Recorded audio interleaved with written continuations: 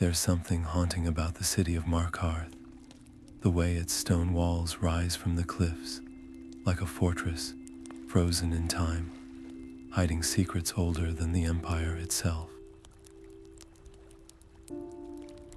If you listen closely, beneath the clatter of the market and the hum of daily life, you might catch the whispers of something darker, something buried deep in the Reach's fractured history. Tonight, we're stepping into the shoes of a scholar named Alara, a woman who arrived in Markarth with a simple cover story, studying the Dwemer ruins, but her real mission was far more dangerous. She was there to unravel the tangled threads of the Forsworn Conspiracy, a rebellion so shrouded in mystery that even its origins seem to slip through the fingers of those who dare to uncover them. And before we go any further, we'd love to know, where are you joining us from tonight? What time is it where you are? Let us know in the comments below. There's something special about imagining all of us, scattered across the world, drawn together by the same untold story. Elara wasn't the first to come searching for answers, and she wouldn't be the last. But what made her different was the way she moved through the city, not as a conqueror or a spy, but as a listener. She lingered in the taverns, traded stories with miners, and watched the way the locals tensed at the mention of the Forsworn. It was in those subtle reactions that she began to piece together the truth. This wasn't just a rebellion. It was a wound, raw and unhealed, a story of people torn from their land, their traditions, their very identity. The Reach belonged to the Forsworn long before the Empire claimed it, and their fight wasn't just about power. It was about remembering who they were. As Alara dug deeper, she realized the conspiracy wasn't just a plot hidden in shadows. It was woven into the fabric of Markarth itself, into the way the guards eyed strangers, the way certain names were spoken in hushed tones. The city was a puzzle, and every conversation, every glance, was a piece waiting to be fitted into place. But the deeper she went, the more she understood the danger. Uncovering the truth meant challenging not just the Empire, but the stories told by the victors, the histories written in their favor. So tonight, we're following her footsteps, retracing the path of a rebellion that refused to be forgotten. Because sometimes, the most powerful stories aren't the ones shouted from the rooftops. They're the ones whispered in the dark, waiting for someone brave enough to listen. The silver blood inn loomed ahead, its lanterns casting flickering shadows across the uneven cobblestones. Alara pushed open the creaking door, the scent of roasted meat and ale thick in the air, but the usual hum of chatter died the moment she stepped inside. A hush fell over the room, broken only by the nervous plucking of a bard's lute in the corner. His fingers faltered when their eyes met, and she knew this was the man who held the key to her next move. Sliding onto the bench beside him, she ordered 2 drinks, the clink of coins against wood louder than necessary. "They say you know stories," she murmured, "the kind not sung in taverns." The bard's gaze darted to the door before he leaned in, his voice barely above a whisper. "There's a book," he admitted, "hidden where the dead outnumber the living." "But you didn't hear that from me. The Hall of the Dead was no place for the living, its stone corridors echoing with the weight of centuries." Alara's fingers trembled as she pressed a handful of septims into the guard's palm, his grip tightening around the coins before he nodded toward the darkened archway. "Make it quick," he warned, though his eyes told another story. He'd done this before. The air grew colder with every step, the torchlight flickering against names carved into the walls, a silent chorus of those who'd come before. Somewhere in these catacombs lay the truth, tucked between the bones of the forgotten. But she wasn't alone. The scrape of a boot against stone, a shadow shifting where no shadow should be. Someone was watching. Every instinct told her to turn back, but the past had a way of clinging to those who sought it. The tome was close now, its pages heavy with secrets, and the Reach itself seemed to hold its breath, waiting to see who would dare to speak its name aloud. The journal's brittle pages nearly crumbled at her touch. The ink faded into ghostly whispers across the parchment. Alara crouched behind a crumbling sarcophagus, her breath shallow as she traced the jagged script entries written in haste, as if the author feared time itself would erase them. The name, Balthar, surfaced again and again, a figure lost to history, yet here he stood in these fragments, Madanach's predecessor, a leader who'd refused to kneel even as the Empire's noose tightened around the Reach. But it was the phrase, Crown of the Reach, that burned brightest in the text, a relic mentioned with reverence and dread. Was it a symbol, a weapon? The journal offered no answers, only riddles woven between accounts of midnight meetings and blood-soaked oaths. A loose stone clattered in the darkness. Elara froze, her pulse hammering as the sound echoed through the catacombs. Too close. Whoever was following her wasn't just curious. They'd tracked her here deliberately. She shoved the journal beneath her cloak, her fingers brushing the cold hilt of her dagger. Fleeing meant leaving questions unanswered, but staying meant risking more than her life. The whispers of the Forsworn's past were dangerous enough. The living would be worse. She slipped into the shadows, just as torchlight flooded the alcove, the glow licking at the edges of the sarcophagus she'd hidden behind. Heavy boots scuffed the dust where she'd knelt moments before. Gone, a voice growled, thick with frustration, but not far. Elara pressed herself against the wall, her mind racing. The journal's secrets were a key, one someone clearly didn't want turned. And now, with Balthar's name echoing in her thoughts and the crown's mystery tugging at her, she faced a choice: abandon the trail alive, or follow it into the teeth of a conspiracy that had already buried its truth once. The Reach had a way of claiming those who sought its stories. The question was, would she be another ghost in its halls, or the one who finally made them speak? Brinjar's hut smelled of dried herbs and old wounds, the air thick with the scent of crushed juniper, and something sharper, distrust. Alara found him by the hearth, his gnarled hands sorting roots into clay pots, but his eyes kept darting to the shuttered window. You ask questions louder than a war drum, he muttered, crushing a leaf between his fingers. The silver bloods own the walls here, the streets, even the shadows. They pay beggars to listen and guards to forget. He tossed the remnants into the fire, the flare of light revealing scars that mapped a lifetime of battles. Some fought with blades, others with silence. She placed a pouch of septims on the table, but Brinjar didn't touch it.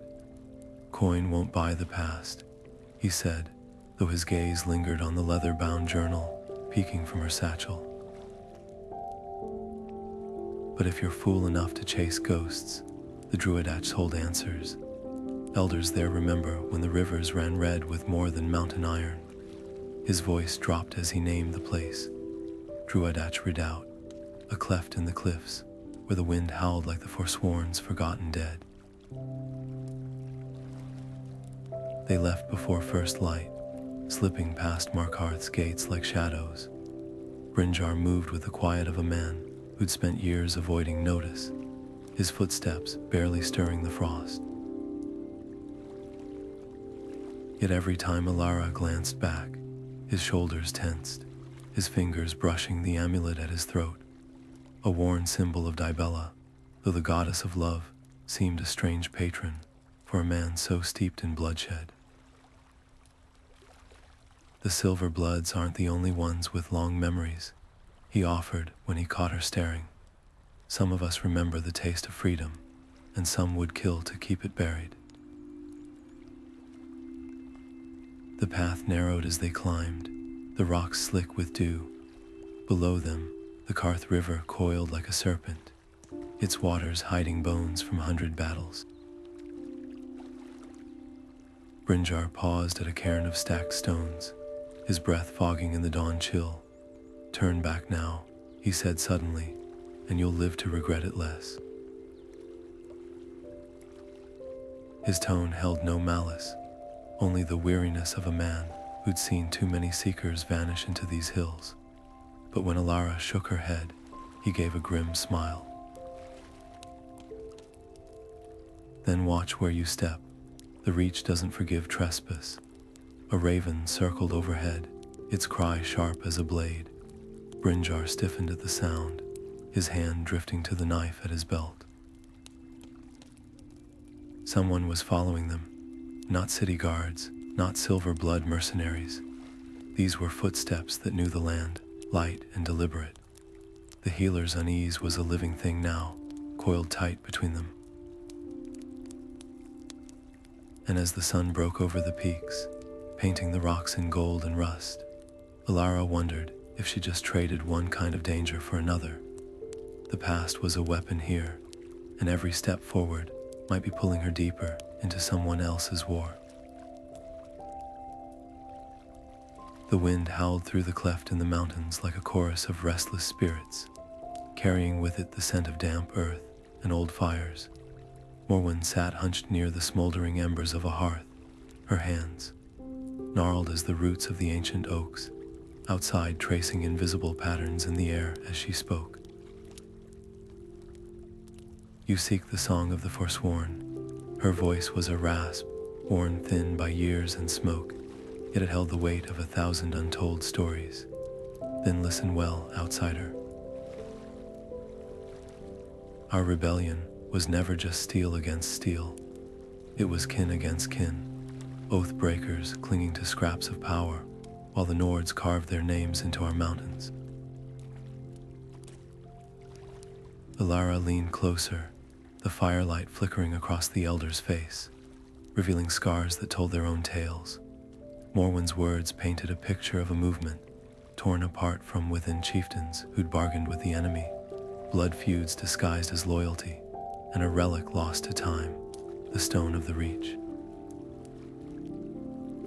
"Not a weapon," Morwin corrected, her fingers tightening around a charred bone pendant, "but a promise. The stone held the old ways, the land's voice. Some say it could wake the very bones of the Reach." Her gaze grew distant, as if peering into a past only she could see. Madanach sought it, Balthar before him.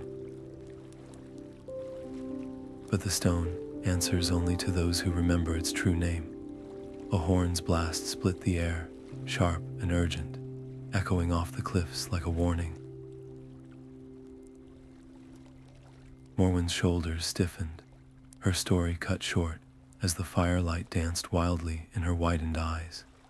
The sudden silence that followed was heavier than any words. Outside, the rustle of footsteps and the clink of metal betrayed what she wouldn't say aloud. They'd been found. Alara's fingers brushed the journal in her satchel, its pages suddenly feeling heavier with the weight of Morwin's half-told truth. The Stone of the Reach wasn't just a legend. It was the missing piece, the thread that could unravel the entire conspiracy. But the horns meant pursuers, and the Elder's fear was a blade pressed to her throat.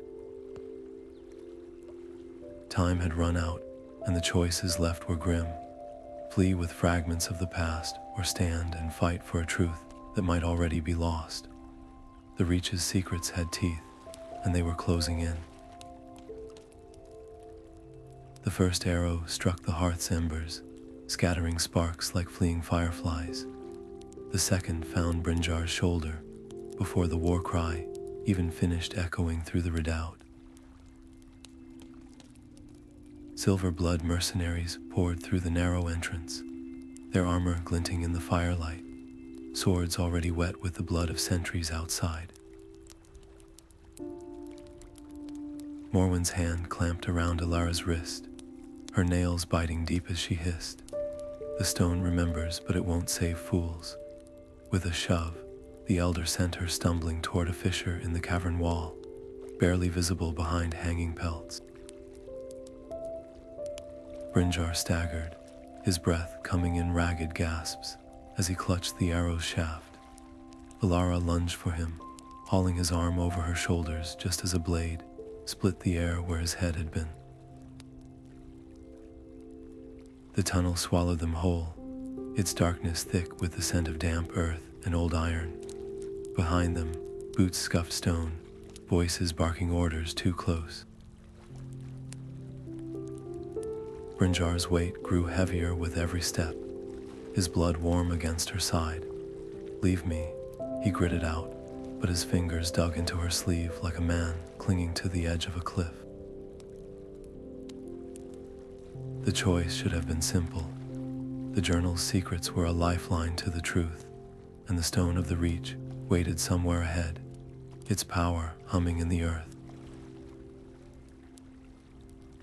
But Brynjar's breath hitched as they rounded a bend, his legs buckling. Alara's hands shook as she propped him against the wall, snapping the arrow's shaft with a sickening crack. His face paled in the dim glow of her stolen torch, but his eyes burned with something fiercer than pain. "You're marked now," he whispered. "They'll hunt you through every mile of this land." A distant shout ricocheted through the tunnels, the sound of steel scraping rock. Alara pressed her ear to the cold stone, the vibrations telling her what she already knew. They were being herded, cut off from every exit but one. The deepest tunnel sloped downward, its air stale with the weight of the mountain above. Somewhere down there, the earth might hide more than just escape. It might hide answers. Brynjar's hand found hers, his grip weak but insistent. "The stone's not just a legend," he breathed. "It's a reckoning." She dragged him forward, her muscles screaming, the torch guttering in her other hand. Every step was a gamble, every turn a silent prayer. The silver bloods wanted her dead because she knew too much, but the real danger wasn't the blades at her back. It was the truth ahead, waiting in the dark, patient as a burial mound, and for the first time, Alara wondered if some secrets were meant to stay buried. The cave walls dripped with a slow, rhythmic patience, as if the mountain itself was measuring their breaths. Brynjar's confession hung between them like the smoke from their meager fire, thick and unavoidable. "I carved my oaths into the flesh of Nords," he admitted, his voice hollow, but the Forsworn stopped fighting for the land and started feasting on their own. "There's no honor in slaughtering children for doubting their elders." Alara watched his hands, the same hands that had once healed her, twist the edge of his tunic, the fabric fraying under his grip. Trust was a brittle thing here, easier to break than to mend. Yet when he spoke of the shrine near Carthwayston, his words carried the weight of a man who'd walked its crumbled steps. The stone wasn't just hidden there, he murmured. It was sleeping, and gods help us if we're the ones to wake it. The fire popped, sending up a shower of embers that painted his face in fleeting light. For a heartbeat, he looked less like a traitor and more like a man haunted by the ghosts of his own choices. They moved under the cover of a moonless sky, the Karth River murmuring beside them like a conspirator. Every shadow seemed to twist with the possibility of pursuit: silver blood mercenaries, forsworn sentries, or worse, the nameless things Brinjar refused to speak of. Alara's boots slid on the damp stones, her fingers brushing the journal in her satchel as if it could steady her. "Why help me now?" she finally asked, the question sharp in the quiet. Brinjar didn't answer at first. Then, so softly she almost missed it, because the stone doesn't care who holds it, only what they'll do with it. The truth of it settled between them like frost. This wasn't just about uncovering history, it was about who would rewrite it. Ahead, the silhouette of the shrine loomed, its arches broken but still proud against the star-streaked sky. Something hummed in the earth beneath them, a vibration too deep for sound. Brinjar's breath hitched. Too late to turn back, he muttered, though whether to her or himself, she couldn't tell. The shrine's entrance yawned before them, darker than the night itself. Alara hesitated at the threshold, the journal's pages suddenly feeling alive in her grasp. Every step forward was a gamble, not just with their lives, but with the very past they sought to uncover. The Reach had teeth, and it was grinning. The air inside the shrine clung to Alara's skin like a second cloak, thick with the scent of damp earth and something older, iron and burnt herbs, the remnants of rituals long abandoned. The spectral sentinels shimmered into existence before her, their forms woven from mist and memory, their hollow eyes fixed on the intruder. They didn't speak, but the carvings on the walls did, intricate puzzles of twisting roots and runes, a language of earth and blood. Brinjar's breath was shallow beside her, his fingers tracing a symbol she didn't recognize. "It's not a lock," he murmured. "It's a question, and the Reach always answers in threes." The first puzzle demanded proof of kinship, not blood, but belonging. Elara pressed her palm to the coldest stone, whispering the names Morwin had taught her: Balthar, Madanach, the Forgotten Ones. The second required sacrifice. Brinjar's knife bit into her forearm, her blood seeping into the grooves of a weathered altar. The third was simpler, crueler. A voice echoed from the shadows, speaking in her mother's tongue, asking why she sought what had doomed so many. "Because the truth shouldn't belong only to the dead," she answered, her voice steadier than she felt. The specters dissolved like smoke in the wind, the path ahead clearing with a groan of ancient stone. Inside, the walls told a story in bas-relief figures with antlered crowns kneeling before a towering rock, their hands pressed to its surface as veins of silver light pulsed between them. The stone wasn't just an object, it was a covenant, a living bond between the Reachfolk and the land they called home. But the alcove at the chamber's heart gaped empty, the pedestal scarred by claw marks and haste.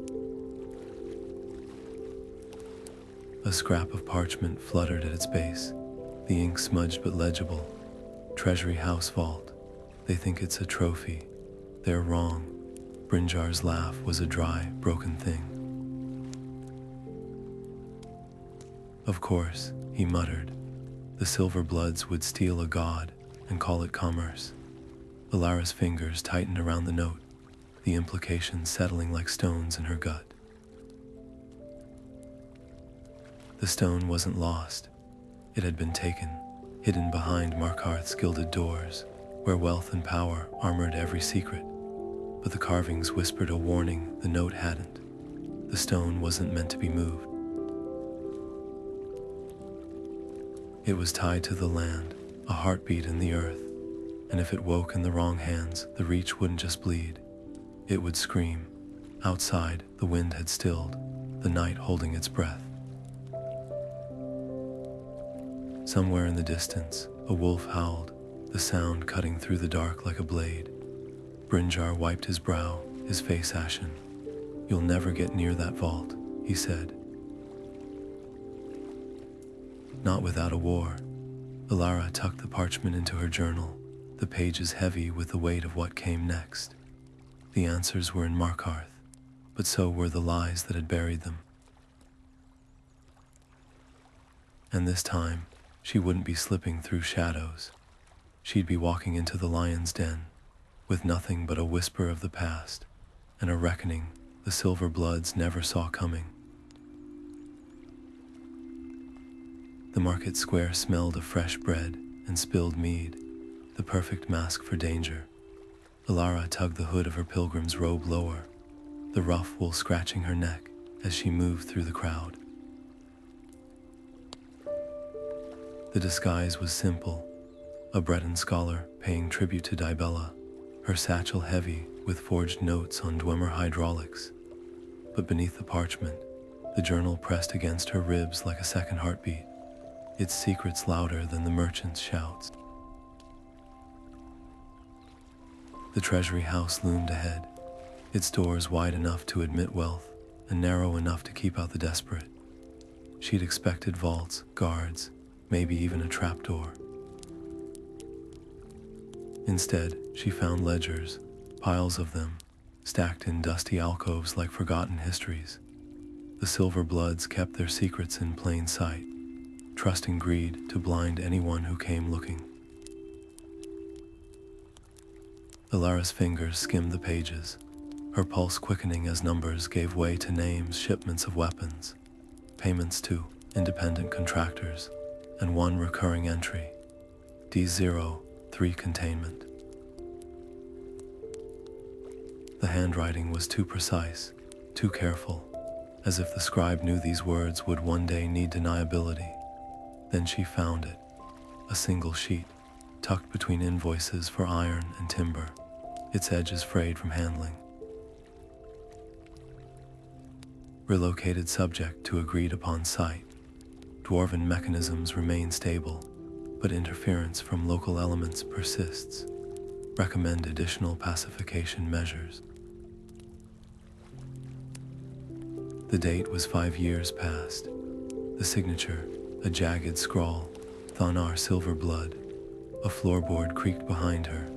Elara froze, the ledger still open in her hands. The air shifted, carrying the scent of oiled leather and steel. Too late, she realized the trap wasn't in the vault. It was in the complacency of thinking the Silver Bloods wouldn't guard what they'd already stolen. The first guard lunged before she could turn, his blade slicing the empty space where her shoulder had been. She dropped the ledger, pages scattering like startled birds, and bolted for the stairs. Shouts erupted below, boots pounding wood. The second guard blocked the doorway, his grin sharp as a wolf's. Alara feigned left, then drove her elbow into his throat, slipping past as he gagged. The alley behind the Treasury House offered no refuge, just a dead end, and the distant glow of the Dwemer ruin where this had all begun. Breath burning in her lungs, she pressed herself into the shadows. The guards' torches bobbed closer, their light licking the walls like hungry tongues. The stone wasn't here. It had never been here. The Silver Bloods hadn't just stolen a relic. They'd turned it into a weapon, hidden in plain sight beneath the ruins she'd pretended to study.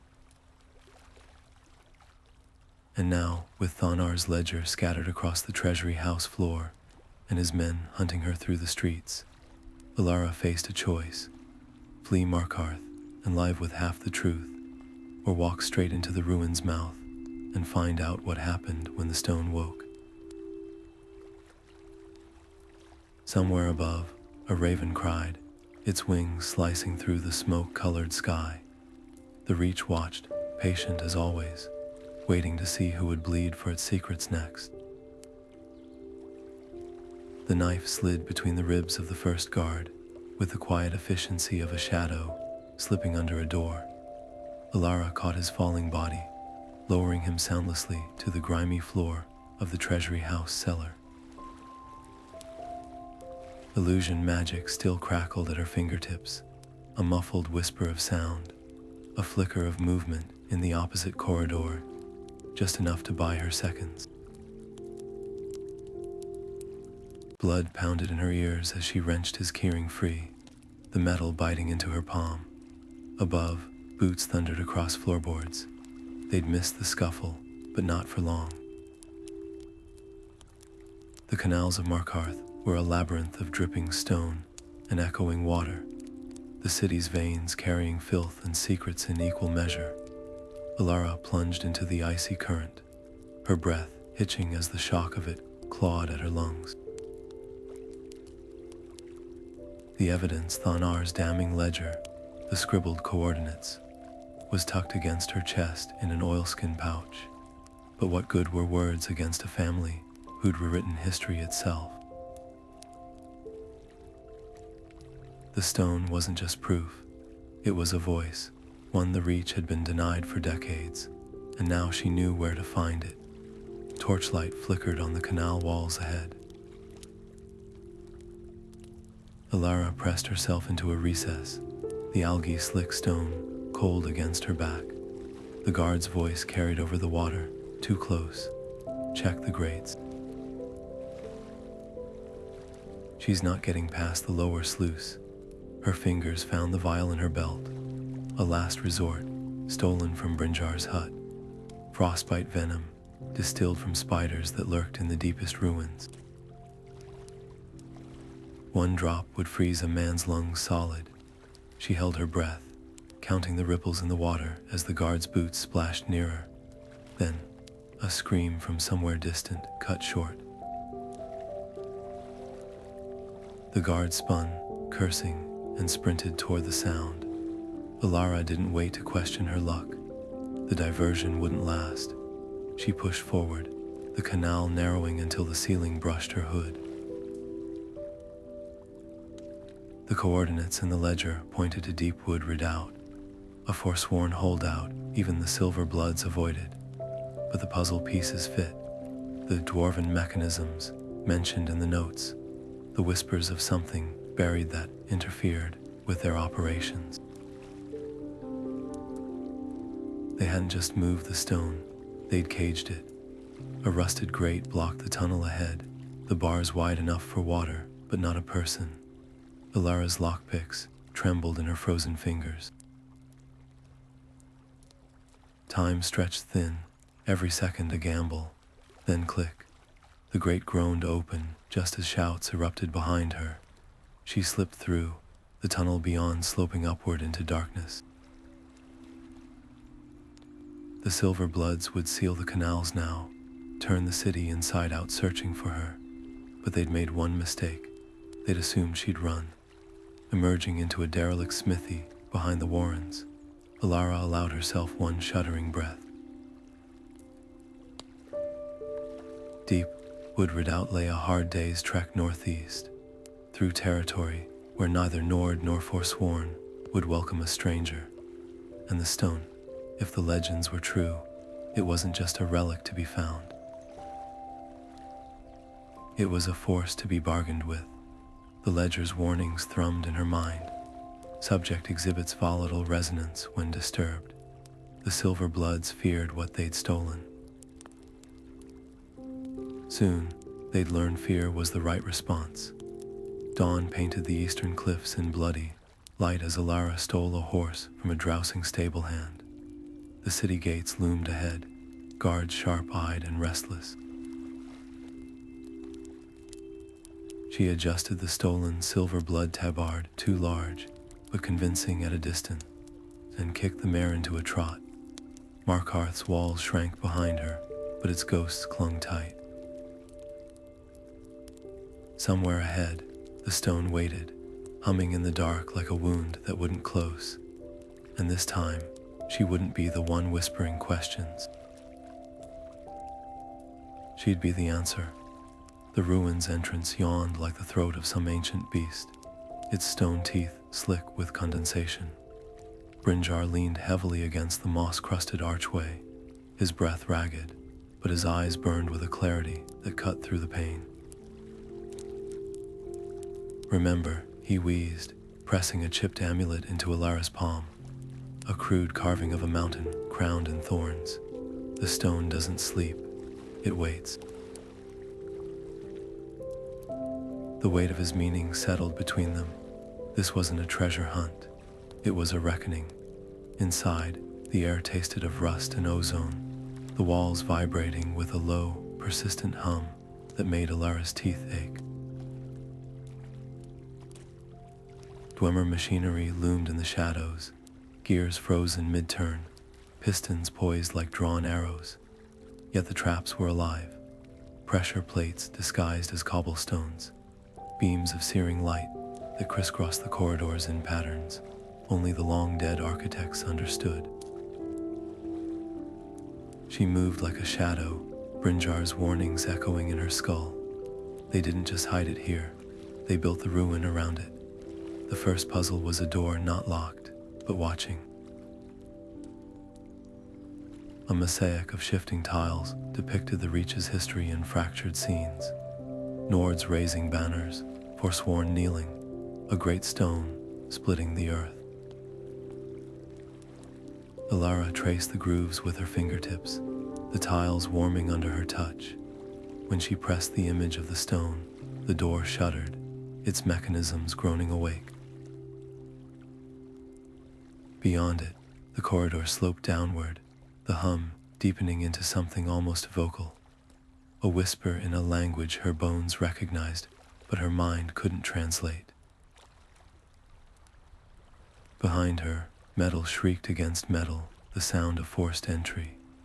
Torchlight flickered against the distant walls, voices barking orders. The Silver Bloods hadn't just followed, they'd brought an army. Elara quickened her pace, the floor now thrumming beneath her boots, as if the ruin itself had a pulse.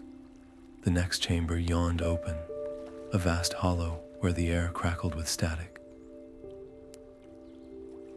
At its center stood a pedestal, its surface etched with spiraling runes that pulsed faintly blue, empty, but the walls told the truth. Carvings of Dwemer hands cradling the stone, veins of silver light branching from it like roots. Then she saw the pipework. Dozens of copper tubes snaked from the pedestal into the floor, feeding into the ruin's machinery. The Silver Bloods hadn't just stolen the stone, they'd harnessed it, siphoning its power to fuel something far below. The realization hit like ice water. The D03 containment in the ledger wasn't a vault. It was an experiment. A crossbow bolt hissed past her ear, embedding itself in the wall with a dull thunk. Elara spun to see Thonar Silver Blood himself framed in the doorway, his armor scored with fresh claw marks, his smile thin as a dagger's edge. "You're persistent," he called, stepping forward as his men fanned out behind him. "But this is where your story ends." The hum in the air spiked, the runes on the pedestal flaring bright as lightning. Somewhere deep in the ruin, something answered, a sound like stone waking from a long, long sleep. The stone wasn't just an artifact, it was alive, a jagged spire of crystal. Its surface throbbed with veins of silver light, pulsing in time with Alara's own heartbeat as she stepped closer. The air around it crackled, thick with the scent of ozone and something older, like wet earth after a storm. When her fingers brushed its surface, the world shattered. Visions tore through her, swift and merciless as a river in flood. She saw the Reach as it once was a land of whispering pines and sacred glens, where elders spoke to the stones and the stones answered. Then came the Nords, their axes biting into ancient oaks, their flags staking claim to soil that had never belonged to them. But the Forsworn weren't the monsters the bards sang of. They were families, hunters kneeling by firelight, weaving stories into their children's hair, healers tracing runes in river mud, begging the land for mercy. Their rebellion hadn't begun with daggers in the dark. It began with hands clasped around a single truth. This was their home, and no empire could carve that from their bones. But the visions twisted. Thonar Silverblood's face surfaced like rot in clear water, his voice slick as oil. "Give them a villain to fear," he whispered to a masked figure, a forsworn turncoat, his antlered crown traded for a pouch of gold. "Burn a few farms, leave a child alive to tell the tale. Let the Nords call them savages, and they'll hand us the Reach on a platter." The betrayal was methodical, calculated. The Forsworn's righteous fury had been steered like a weapon, their strikes orchestrated to justify Silverblood mercenaries, pacifying the land while the family's minds gnawed deeper into the mountains, unopposed. Elara gasped as the vision wrenched her into the present, her knees hitting cold stone. The crystal's light dimmed, its hum softening to something almost mournful. The truth coiled inside her, heavy as a burial shroud. The Forsworn hadn't lost their war. They'd been poisoned by it, their cause twisted into a shadow play to enrich the very men who'd stolen their birthright. And the stone had known, it had waited. Boots pounded the corridor behind her, Thonar's laughter ringing off the walls. "You see it now, don't you?" he called, his sword scraping against the doorway. "We didn't just take their land, we rewrote their story." The stone flared in response, its light searing the carvings on the walls, images of Dwemer hands, not caging the crystal, but fleeing from it. The machinery around them groaned, pipes rattling as the hum in the air sharpened to a scream. The Silverbloods had harnessed the stone's power, but they'd never understood it. It wasn't a tool, it was a witness, and it was done waiting. Thonar Silverblood's blade hovered inches from Alara's throat, its edge catching the eerie glow of the stone. His mercenaries fanned out behind him, their boots scuffing the ancient dust, but it was his smile that chilled her, a slow, knowing curl, like a man who'd already won. "You've played your part well," he murmured, his voice slick with false admiration. "Scholar, rebel, thief, but even the best stories need endings." He tossed a bulging purse at her feet, the leather splitting open to spill gold across the stones. "Walk away now, and this is just the beginning. Wealth, protection, a seat at the table where the Reach's future is written." The air hummed with tension, the stone's pulsing light casting jagged shadows across the chamber walls. Alara's fingers tightened around the crystal, its warmth seeping into her skin like a whispered plea. Thonar watched the movement, his grin widening. "Ah, you felt it, haven't you, the truth?" He stepped closer, his breath reeking of expensive wine and rust. "Igmund knows. The Jarl's hands are as dirty as mine. We let the Forsworn play at rebellion because fear keeps the people obedient, and gold keeps us in power." A mercenary shifted, his crossbow creaking as he adjusted his grip. Elara's mind raced. Thonar's offer was a gilded cage silence, bought with coin, her conscience buried under the weight of complicity. But the stone's visions still burned behind her eyelids, the faces of the forgotten, the lies woven into history like poison threads. This wasn't just about the Forsworn. It was about every voice silenced to feed the greed of men who thought the land belonged to them. Thonar misread her hesitation. "Smart girl," he purred, reaching for the stone. Think of what we could do with its power. No more squabbling over mines. No more. The stone flared, a searing burst of light that sent him staggering back. The chamber trembled, dust showering from the ceiling as the Dwemer machinery shuddered awake, gears grinding like a beast roused from slumber. Alara's voice cut through the chaos, raw with defiance.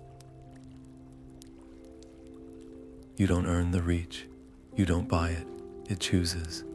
The mercenaries lunged, but the ground beneath them split with a sound like cracking bone. Fissures spiderwebbed across the floor, veins of silver light erupting from the stone's core. Somewhere deep in the ruins, something answered a roar of stone and memory, the land itself waking to the call of its stolen heart. Thonar's face twisted in fury, then fear, as the walls began to sing. The moment Alara's hammer struck the stone, the world fractured. A shockwave of silver light erupted outward, splintering the air like glass.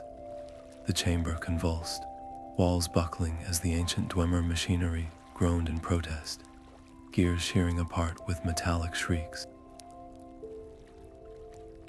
Thonar's scream was swallowed by the roar of collapsing stone, his outstretched hand vanishing beneath a cascade of rubble. The truth, ugly and raw, was buried with him, but the stone's final whisper seared itself into Alara's bones. Remember us. She ran, her lungs burning as the ruin died around her. Pillars toppled like felled trees, their carvings Dwemer, Forsworn, Nord crumbling into dust together. The tunnels twisted, disintegrating as she stumbled through them, her vision blurred by grit and tears. Something hot and wet trickled from her nose, the stone's last gift, or its curse. The visions hadn't stopped. Faces flickered in the darkness. A child weaving flowers into her mother's hair, a miner's hands blackened by silver blood ore, an elder's voice, trembling as he sang the old songs to an empty hall. The Forsworn hadn't been monsters, they'd been people, and their story hadn't ended. It had been stolen. Sunlight struck her like a slap as she breached the surface, gasping as the clean air filled her throat.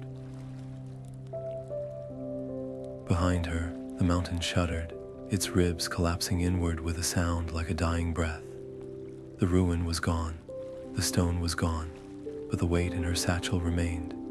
Thonar's ledger, its pages smudged with blood and dirt, its numbers still whispering of mines and payoffs, and lies dressed as order. Markarth's spires glittered in the distance, untouched, indifferent. Alara's fingers curled around the amulet Brinjar had given her, the rough edges biting into her palm. The stone's voice might be silenced, but its echoes lived in her now, in the way her pulse quickened at the sight of a silver blood banner, in the way the wind through the pines sounded like a language she almost understood. The Reach remembered, and so would she. A raven circled overhead, its shadow darting across the broken ground. Alara adjusted her pack, the ledger's weight a promise. Truth wasn't a relic to be unearthed. It was a spark, carried in the dark, and somewhere beyond the cliffs, the first embers were already glowing. The ink stained Alara's fingers black as she etched the final rune into the manuscript's brittle pages. Each symbol, a knot of truth, twisted into something safer, something that could survive.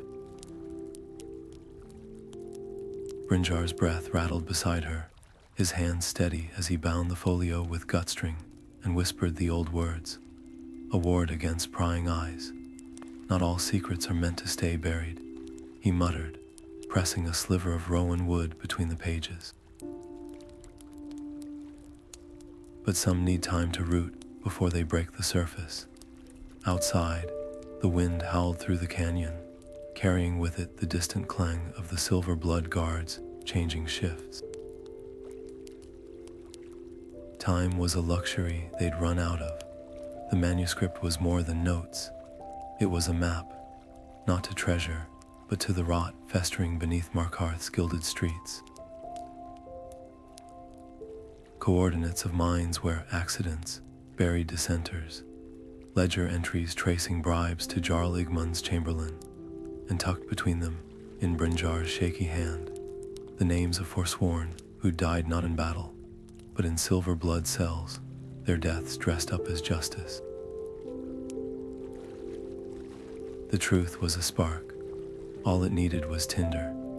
Elara slipped into the night like a shadow peeling from a wall, her pack lighter without the journal, but heavier with its purpose. The Karth River murmured below the bridge, its waters swallowing the pebbles she kicked loose. Markarth's torches burned behind her, their glow painting the cliffs the color of old blood. She'd arrived as a scholar chasing ghosts. She left as a scribe to the dead. Brinjar hadn't followed, his parting gift, a vial of frostbite venom and a rusted key to a shrine near Karthwasten, lay wrapped in wool at the bottom of her satchel. When the time comes, he'd said, look for the ones who still lay flowers where the stones remember. The Forsworn's fight wasn't over. It had just been waiting for someone to listen. Dawn found her at the edge of the tundra, the manuscript tucked into a hollowed log beneath a lightning-scarred pine. Safe, for now. The wind carried the scent of snow and something sharper. Smoke, maybe, or the metallic tang of a storm gathering on the horizon.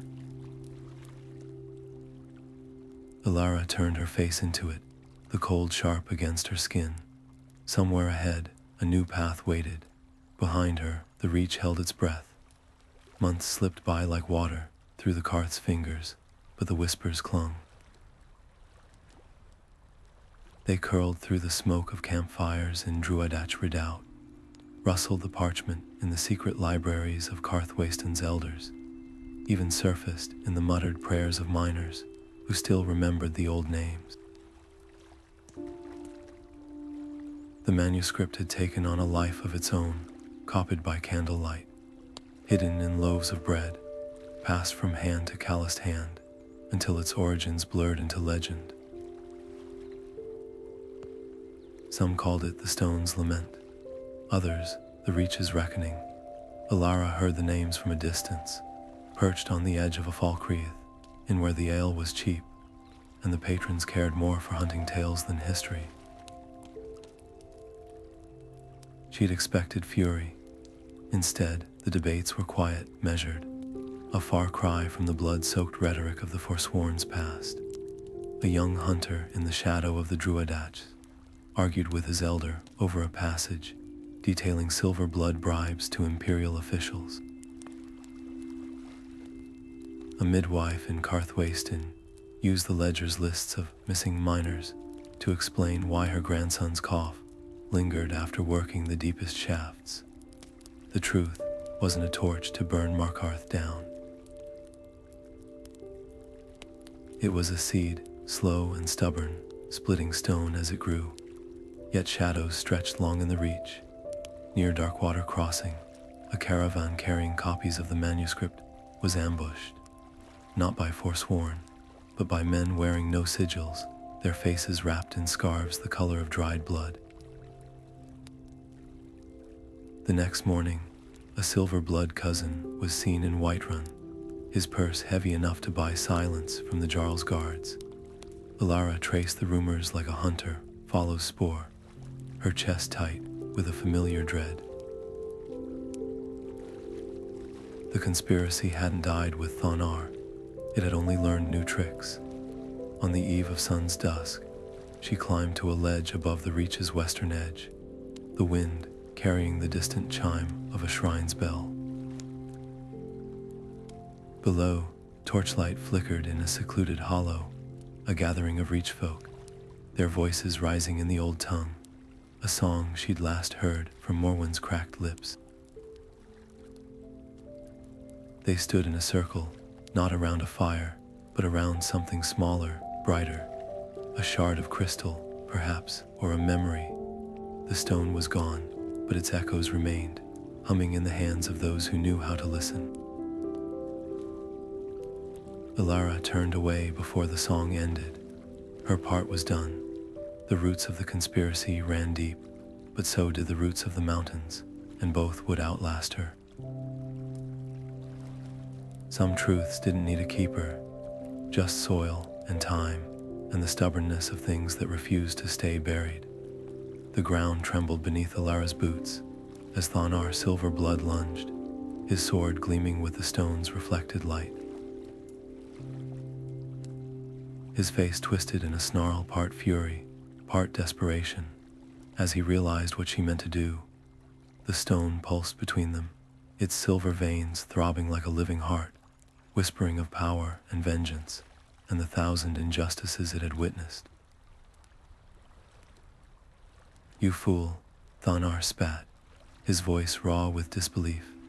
"That crystal could buy you a throne." But Alara's fingers were already tightening around the ancient hammer she'd pried from the rubble, its weight familiar as a promise. The strike rang through the chamber like a bell tolling for the dead. For one breathless moment, nothing happened. Then the stone split with a sound like the sky tearing open, a shockwave of light erupting outward, searing the air white. Thonar's scream was swallowed by the roar of collapsing stone as the walls groaned, the Dwemer machinery shuddering apart like a beast in its death throes. The ground heaved, tossing Elara backward as fissures spiderwebbed across the floor, swallowing Thonar's gold and his lies in a single, gaping maw. Smoke and dust choked the air as she scrambled to her feet, the ruins screaming around her. The stone's fragments glowed where they'd fallen, their light dimming like embers in the wind. Its voice, its memory, was gone now, scattered into the earth where no silver blood hand could twist it into a weapon. But the cost settled heavy in her chest. Without the stone, the Forsworn's truth lived only in whispers, in the fragile pages of her journal, in the hearts of those who still remembered. A slab of ceiling crashed down behind her, close enough to shower her with grit. Elara ran, her lungs burning as the ruin died around her, its corridors collapsing into the dark.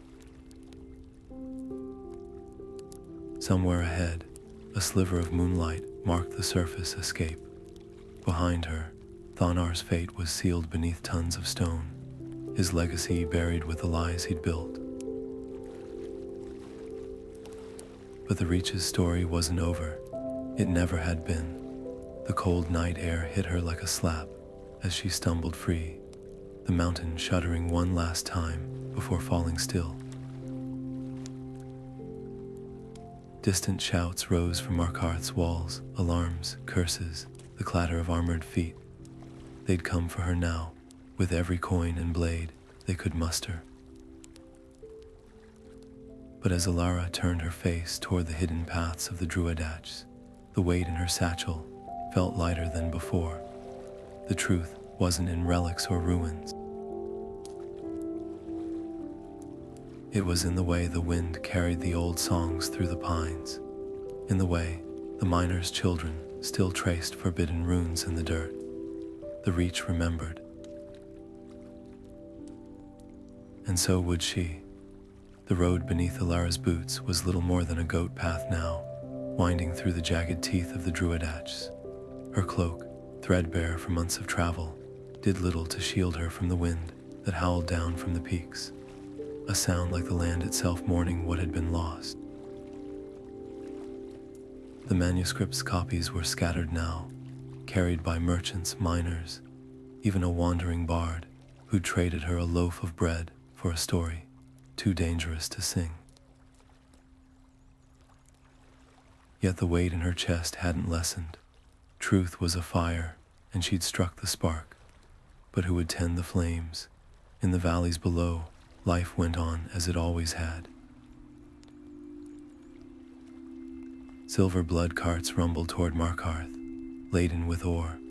Farmers tilled soil that had once been sacred groves, but sometimes in the quiet between dusk and dark, she'd catch glimpses of the old ways.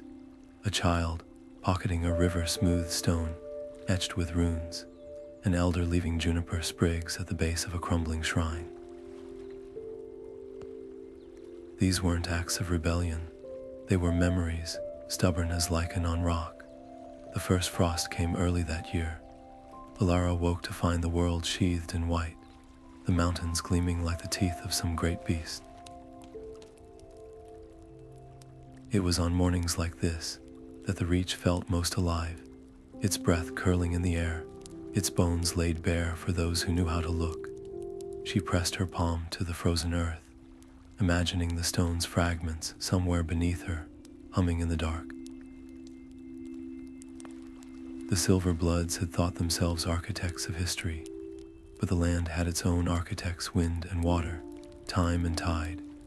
A raven circled overhead, its shadow darting across the snow. Elara tipped her face to the sky, the cold sharp against her skin. Somewhere beyond these peaks, the Forsworn still clung to their scraps of highland, their banners frayed but flying. They'd been painted as savages for so long, even they'd begun to believe it. But stories, like rivers, could change course. She adjusted her pack, the last unopened vial of frostbite venom, a cold comfort against her ribs. The road ahead was uncertain, winding into lands where Markarth's shadow couldn't reach.